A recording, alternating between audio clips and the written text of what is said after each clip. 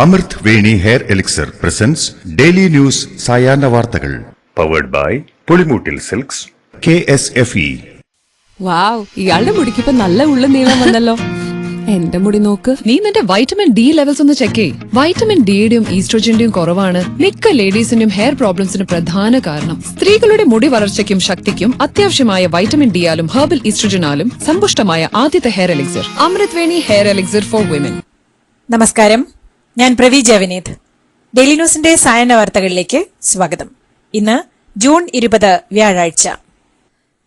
Lok Sabha എംപിയായി K Radhakrishnan തെരഞ്ഞെടുക്കപ്പെട്ടതോടെ അദ്ദേഹത്തിന് പകരം Mananthavady MLA OR Kelu മന്ത്രിയായി ചുമതലയേൽക്കും. വയനാട് ജില്ലയിൽ നിന്നുള്ള CPMന്റെ ആദ്യ മന്ത്രിയായിരിക്കും OR കേളു. CPM സംസ്ഥാന സമിതി അംഗമായ OR കേളുവിനെ പട്ടികജാതി ക്ഷേമ വകുപ്പായിരിക്കും നൽകുക. അതേസമയം കേരള മന്ത്രിസഭയിൽ VN വാസവനെ ദേവസ്വം വകുപ്പിന്റെ ചുമതലയും പാർലമെന്ററി കാര്യവകുപ്പ് MB രാജേഷിനും നൽകും. ഹൈക്കോടതിയോട് ബഹുമാനവും ആദരവും വേണമെന്ന് സർക്കാരിനോട് ഹൈക്കോടതി. കേസുകൾ നീട്ടിവെക്കാൻ സർക്കാർ അഭിഭാഷകർ തുടർച്ചയായി ആവശ്യപ്പെടുന്നു. നീതി നിർവഹണ സംവിധാനത്തിൽ ഈ രീതി ശരിയല്ലെന്നും ഹൈക്കോടതി ചൂണ്ടിക്കാട്ടി. മൂവാറ്റുപുഴ എറണാകുളം റോഡ് ദേശസാത്കരണവുമായി ബന്ധപ്പെട്ട ഹർജിയിലാണ് സിംഗിൾ ബെഞ്ചിന്റെ വിമർശനം. സാമൂഹ്യ സുരക്ഷാ പെൻഷൻ മുടങ്ങിയതുമായി ബന്ധപ്പെട്ട് നിയമസഭയിൽ പ്രതിപക്ഷം അവതരിപ്പിച്ച അടിയന്തര പ്രമേയ നോട്ടീസിന് അടിയന്തര സ്വഭാവം ഇല്ലെന്ന് ധനമന്ത്രി KN ബാലഗോപാൽ. ഉമ്മൻചാണ്ടിയുടെ കാലത്ത് 18 മാസം കുടിശ്ശിക ഉണ്ടായിരുന്നു. നിലവിൽ 5 മാസത്തെ കുടിശ്ശിക ഉണ്ട്. അത് സമയബന്ധിതമായി കൊടുക്കുമെന്നും മന്ത്രി പറഞ്ഞു. എന്നാൽ ക്ഷേമ പെൻഷൻ അടിയന്തര വിഷയമല്ലെന്ന ധനമന്ത്രിയുടെ പ്രസ്താവനയ്ക്കെതിരെ അടിയന്തര പ്രമേയ നോട്ടീസ് കൊണ്ടുവന്ന PC വിഷ്ണുനാഥ് തെരഞ്ഞെടുപ്പ് തോൽവിയിൽ നിന്നും സർക്കാർ ഒരു പാഠവും പഠിച്ചില്ലെന്ന് വ്യക്തമാക്കുന്നതാണ് ധനമന്ത്രിയുടെ നിലപാടെന്ന് പറഞ്ഞു.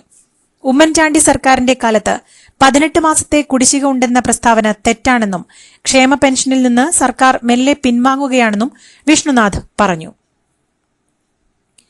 മുഖ്യമന്ത്രി പിണറായി വിജയനെതിരായ KPCC പ്രസിഡന്റ് K സുധാകരന്റെ അവൻ പരാമർശം തള്ളി പ്രതിപക്ഷ നേതാവ് VD സതീശൻ. വാക്കുകൾ ബഹുമാനത്തോടെ ഉപയോഗിക്കുന്നതാണ് എല്ലാവർക്കും നല്ലതെന്ന് സതീശൻ നിയമസഭയിൽ വ്യക്തമാക്കി. മുഖ്യമന്ത്രിക്കെതിരായ സുധാകരന്റെ പരാമർശം മന്ത്രി KN ബാലഗോപാൽ സഭയിൽ ഉന്നയിച്ചപ്പോഴാണ് സതീശന്റെ മറുപടി.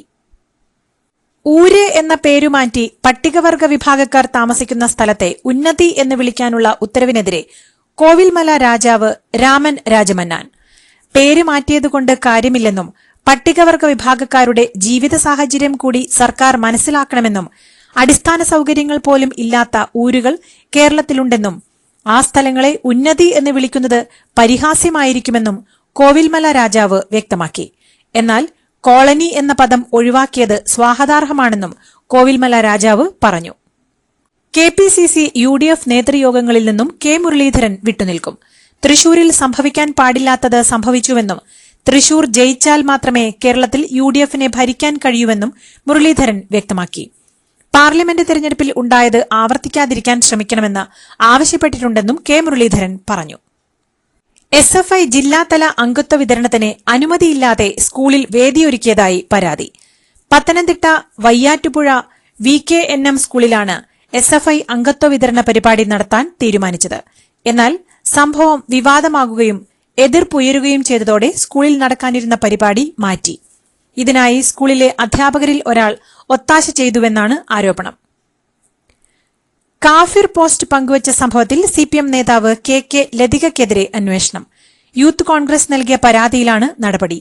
പോസ്റ്റ് വ്യാജമെന്നറിഞ്ഞിട്ടും ലതിക നീക്കം ചെയ്തിരുന്നില്ലെന്നും മുൻ MLA എന്ന സ്വാധീനത്തിൽ ജനങ്ങളെ തെറ്റിദ്ധരിപ്പിച്ചെന്നുമായിരുന്നു പരാതിയിൽ ഉണ്ടായിരുന്നത്. ജില്ലാ പോലീസിലെ പ്രത്യേക സംഘമാണ് കേസ് അന്വേഷിക്കുന്നത്. കുവൈറ്റ് തീപിടുത്ത ദുരന്തത്തിൽ മരിച്ച ചാവക്കാട് സ്വദേശി ബിനോയ് തോമസിനെ ലൈഫ് പദ്ധതിയിൽ വീട് നൽകാൻ ചാവക്കാട് നഗരസഭ തീരുമാനമെടുത്തു. നഗരസഭയുടെ അടിയന്തര കൌൺസിൽ ചേർന്നാണ് ഇത് സംബന്ധിച്ച തീരുമാനമെടുത്തത്. നഗരസഭാ തീരുമാനം തദ്ദേശ സ്വയംഭരണ വകുപ്പിനെ കൈമാറുമെന്നും ചാവക്കാട് നഗരസഭ അറിയിച്ചു. പത്തനംതിട്ട കൊടുമണ്ണിൽ റവന്യൂ ഉദ്യോഗസ്ഥരെ മറികടന്നുള്ള മന്ത്രി വീണ ജോർജിന്റെ ഭർത്താവിന്റെ റോഡ് അളക്കലിൽ പ്രാദേശിക CPM നേതൃത്വത്തിന് അതൃപ്തി. മന്ത്രിയുടെ ഭർത്താവ് ജോർജ് ജോസഫും കോൺഗ്രസുമായുള്ള നടുറോഡിലെ കയ്യാങ്കളി ഒഴിവാക്കേണ്ടതായിരുന്നു എന്നാണ് പാർട്ടിയിലെ സംസാരം. ജോർജിന്റെ അപേക്ഷയിലാണ് പുറമ്പോക്ക് കയ്യേറ്റം പരിശോധിക്കാൻ റവന്യൂ വകുപ്പ് അളവ് തുടങ്ങിയത്. അതിനെ മറികടന്ന് പ്രാദേശിക കോൺഗ്രസ് നേതാക്കൾ വെല്ലുവിളിച്ചെന്നവകാശപ്പെട്ട് ജോർജ് ജോസഫും അനുയായികളും റോഡളക്കാൻ ഇറങ്ങുകയായിരുന്നു. പണ്ട് മുത്തശ്ശിയുടെ കല്യാണക്കഥ കേട്ട മുതലെയുള്ള ആഗ്രഹമാണ് അന്നത്തെ മുത്തശ്ശിയെ പോലെ എന്റെ കല്യാണത്തിന് ഒടുത്തൊരുങ്ങണമെന്ന്.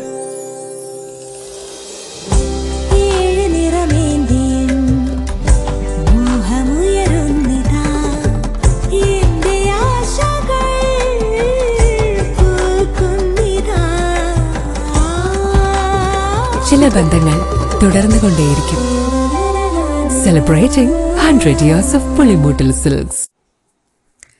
സീറോ മലബാർ സഭയിലെ കുർബാന തർക്കത്തിൽ കടുത്ത നടപടി പാടില്ലെന്ന് എറണാകുളം അങ്കമാലി അതിരൂപതയിൽ ഉൾപ്പെട്ട 5 ബിഷപ്പുമാർ സീറോ മലബാർ സഭ മേജർ ആർച്ച് ബിഷപ്പ് റാഫേൽ തട്ടിലിനെ കത്ത് നൽകി.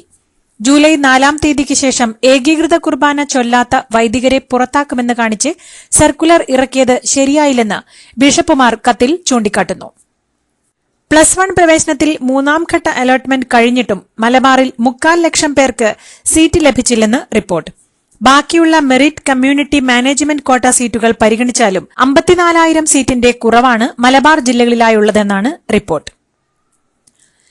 തലശ്ശേരി എരഞ്ഞോളിയിൽ വൃദ്ധൻ ബോംബ് പൊട്ടി മരിച്ച സംഭവത്തിൽ വെളിപ്പെടുത്തൽ നടത്തിയ പ്രദേശവാസിയായ യുവതിയെയും കുടുംബത്തെയും ഒറ്റപ്പെടുത്താൻ നീക്കം നടത്തുന്നതായി ആരോപണം.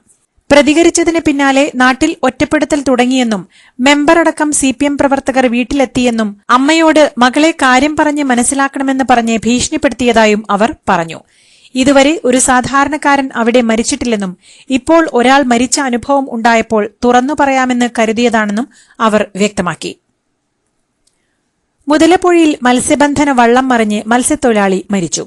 തിരുവനന്തപുരം അഞ്ചുതെങ്ങ് സ്വദേശി വിക്ടറാണ് മരിച്ചത്. ഇന്ന് പുലർച്ചെ 1:30 അപകടം. മത്സ്യബന്ധനം കഴിഞ്ഞ് മടങ്ങിവരവെ അഴിമുഖത്തുണ്ടായ ശക്തമായ തിരയിൽപ്പെട്ട് വള്ളം തലകീഴായി മറിയുകയായിരുന്നു. വിക്ടറിനൊപ്പം വള്ളത്തിലുണ്ടായിരുന്ന ഫ്രാൻസിസ്, സുരേഷ് യേശുദാസ് എന്നിവർ രക്ഷപ്പെട്ടു. കേരള ഹൈക്കോടതി ഇ-പോസ്റ്റ് വഴി ഇനി കക്ഷികൾക്ക് നോട്ടീസ് അയക്കും. രാജ്യത്താദ്യമായി കേരള ഹൈക്കോടതിയിലാണ് ഈ സംവിധാനം നടപ്പിലാക്കുന്നത്. പോസ്റ്റൽ വകുപ്പുമായി സഹകരിച്ചാണ് പദ്ധതി. ഈ പോസ്റ്റൽ സംവിധാനം വരുന്നതോടെ ഒറ്റ ദിവസം കൊണ്ടുതന്നെ നോട്ടീസ് കക്ഷികൾക്ക് നൽകാനാവുന്ന സാഹചര്യമാണ് വരുന്നത്. ഇമെയിൽ വഴി നോട്ടീസ് അയക്കുന്നതിനേക്കാൾ കൃത്യത ഈ പോസ്റ്റിലൂടെ ലഭിക്കും. വിഴിഞ്ഞം തുറമുഖത്തിന്റെ 2ഉം 3ഉം ഘട്ട നിർമ്മാണത്തിന്റെ ഭാഗമായുള്ള പബ്ലിക് ഹിയറിംഗ് പൂർത്തിയായി. റിംഗ് റോഡിനായുള്ള സ്ഥലമേറ്റെടുപ്പ്, തീരശോഷണം, തൊഴിൽ നഷ്ടം, മുതലപ്പുഴയിലെ അപകടങ്ങൾ എന്നിവയാണ് വിഴിഞ്ഞം തുറമുഖത്തിന്റെ അടുത്ത ഘട്ടങ്ങൾക്കായുള്ള പാരിസ്ഥിതികാനുമതിയുടെ പബ്ലിക് ഹിയറിംഗിൽ ഉയർന്ന പ്രധാനപ്പെട്ട ആശങ്കകൾ. സുപ്രീംകോടതി ഉത്തരവ് പോലും ലംഘിച്ച് തമിഴ്നാട് മോട്ടോർ വാഹന വകുപ്പ് കേരളത്തിൽ നിന്നുള്ള ബസ്സുകൾ അകാരണമായി തടയുകയാണെന്ന് ബസ് ഉടമകൾ. എന്നാൽ സ്റ്റേജ് കാരേജ് പെർമിറ്റില്ലാതെ സർവീസ് നടത്തുന്ന വാഹനങ്ങൾ മാത്രമാണ് തടയുന്നതെന്നാണ് തമിഴ്നാട് മോട്ടോർ വാഹന വകുപ്പിന്റെ വിശദീകരണം. അബുദാബി കോഴിക്കോട് വിമാനത്തിൽ തീപിടുത്തം. എയർ അറേബ്യയുടെ വിമാനം ഇന്ന് പുലർച്ചെ അബുദാബിയിൽ നിന്നും കോഴിക്കോട്ടേക്ക് പുറപ്പെടുമ്പോഴാണ് സംഭവം ഉണ്ടായത്. യാത്രക്കാരന്റെ പവർ ബാങ്ക് പൊട്ടിത്തെറിക്കുകയായിരുന്നു.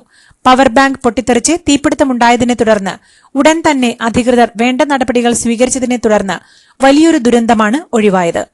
യാത്രക്കാരെ മറ്റൊരു വിമാനത്തിൽ കോഴിക്കോട് എത്തിച്ചു. മലപ്പുറം മുട്ടിപ്പടിയിൽ KSRTC ബസും ഓട്ടോയും കൂട്ടിയിടിച്ച് 3 പേർ മരിച്ചു. ഓട്ടോറിക്ഷ യാത്രികരായ മോങ്ങം ഒളമതിൽ സ്വദേശികളായ അഷ്റഫ്, ഫാത്തിമ, ഫിദ എന്നിവരാണ് മരിച്ചത്. പാലക്കാട് നിന്ന് കോഴിക്കോട് ഭാഗത്തേക്ക് പോകുകയായിരുന്ന KSRTC ബസിലേക്ക് എതിർദിശയിൽ നിന്ന് നിയന്ത്രണം വിട്ട ഓട്ടോറിക്ഷ ഇടിച്ചു കയറുകയായിരുന്നുവെന്നാണ് പ്രാഥമിക നിഗമനം.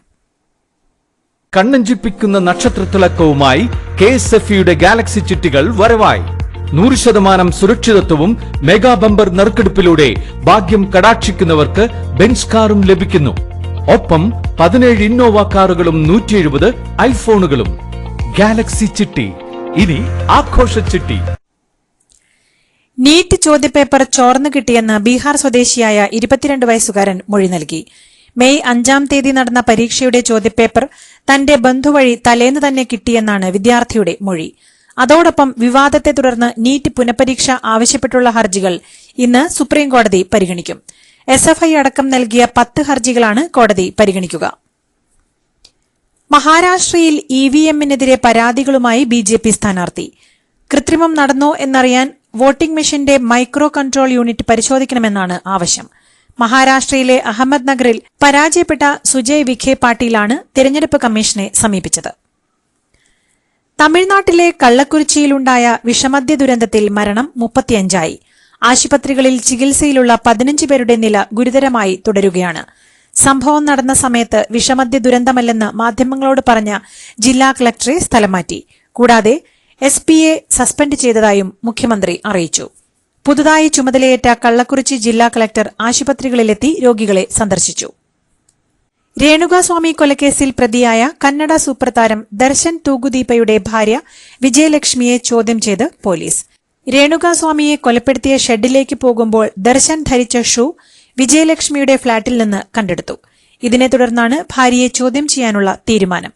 ഇത് രണ്ടും കേസിലെ നിർണായകമായ തെളിവുകളെന്ന് പോലീസ് വ്യക്തമാക്കി. കോപ്പ അമേരിക്കയ്ക്ക് നാളെ തുടക്കം. നാളെ പുലർച്ചെ 5:30 നിലവിലെ ചാമ്പ്യന്മാരായ അർജന്റീന കാനഡയുമായി കളിക്കാനിറങ്ങുമ്പോൾ കോപ്പ അമേരിക്ക ടൂർണമെന്റിന് കിക്ക് ഓഫ് ആകും. യൂറോ കപ്പിനൊപ്പം കോപ്പ അമേരിക്കയും എത്തുന്നതോടെ ഫുട്ബോൾ പ്രേമികളുടെ ആവേശം ഇരട്ടിയാകും. 2020 ക്രിക്കറ്റ് ലോകകപ്പിലെ സൂപ്പർ 8 മത്സരത്തിൽ വെസ്റ്റ് ഇൻഡീസിനെ 8 വിക്കറ്റിന് തകർത്ത് ഇംഗ്ലണ്ട്. ആദ്യം ബാറ്റ് ചെയ്ത വിൻഡീസ് 4 വിക്കറ്റ് നഷ്ടത്തിൽ 180 റൺസെടുത്തു. മറുപടി ബാറ്റിംഗിനിറങ്ങിയ ഇംഗ്ലണ്ട് 47 പന്തിൽ 87 റൺസെടുത്ത് പുറത്താകാതെ നിന്ന ഫിൽ സാൾട്ടിന്റെ കരുത്തുറ്റ ഇന്നിംഗ്സിൽ 15 പന്തുകൾ ശേഷിക്കെ 2 വിക്കറ്റ് മാത്രം നഷ്ടപ്പെടുത്തി ലക്ഷ്യത്തിലെത്തി. ഇതോടുകൂടി ഇന്നത്തെ ഡെയിലി ന്യൂസ് സായന്ന വാർത്തകൾ സമാപിക്കുന്നു. ഡെയിലി ന്യൂസിനു വേണ്ടി വാർത്തകൾ വായിച്ചത് പ്രവീജ വിനീത്. DailyNewsLive.in വാർത്തകൾ വിരൽ തുമ്പിൽ.